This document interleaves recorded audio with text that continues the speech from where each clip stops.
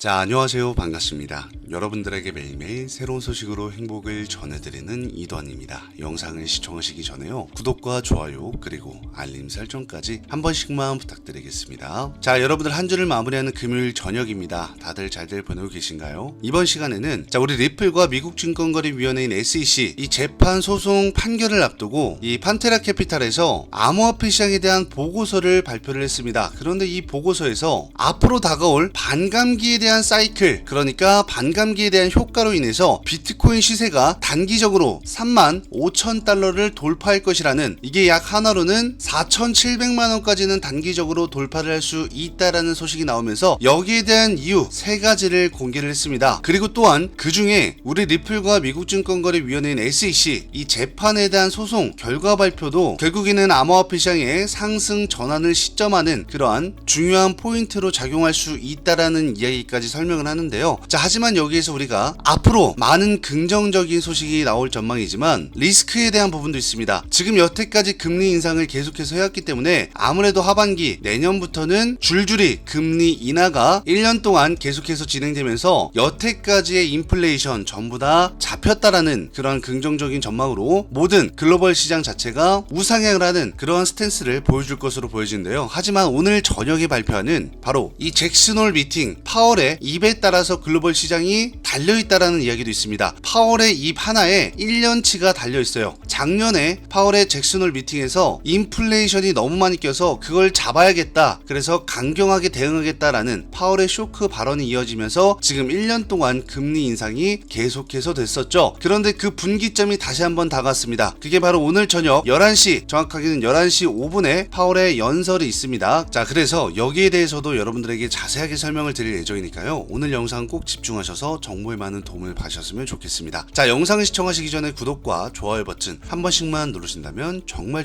감사하겠습니다. 자, 먼저 화면을 보시면은 이 판테라 캐피탈에서 리포트 보고서가 나왔는데요. 자, 오른쪽 상단에 한국어 번역 기능이 있습니다. 한국어 바꾸시고 번역을 클릭 버튼 누르시면 자동적으로 한국어로 번역이 되죠. 자, 보시면은 리플의 판결과 반감기의 효과로 비트코인이 결국적으로는 148K까지 간다라는데, 이거는 솔직하게 좀 말이 안 되는 것 같고요. 언제가 될진 모르겠지만 장기적인 이 부분을 설명을 하는 거고, 장기보다는 단기적으로 우리가 앞으로 일주일이 될지 한 달이 될지 3개월이 될지 단기적인 시세에 대한 전망이 나왔습니다. 이렇게 밑을 보시면은, 자, 이 판테라 캐피탈이 비트코인 가격이 내년 3월로 예정된 반감기 이후에는 결국엔 148,000달러까지 도달할 수 있을 것이다, 이러한 이야기를 하고 있는데, 여기에서 그렇게 될 수밖에 없는 이유가 첫 번째로는 리플사가 미국 증권거래위원회인 SEC와의 재판에서 리플은 증권이 아니라는 이 부분적인 승리 그리고 승소 판결을 받은 것에 대해서 긍정적인 평가, 그리고 지금 이게 아직 재판이 끝나지 않았죠. 그래서 이 항소에 대한 부분까지 해결이 된다라고 했을 때는 암호화폐 시장에 그동안 불안했던 모든 알트코인들이 동반 상승을 할 것으로 보여진다, 이러한 소식들도 나오고 있고요. 자, 두 번째는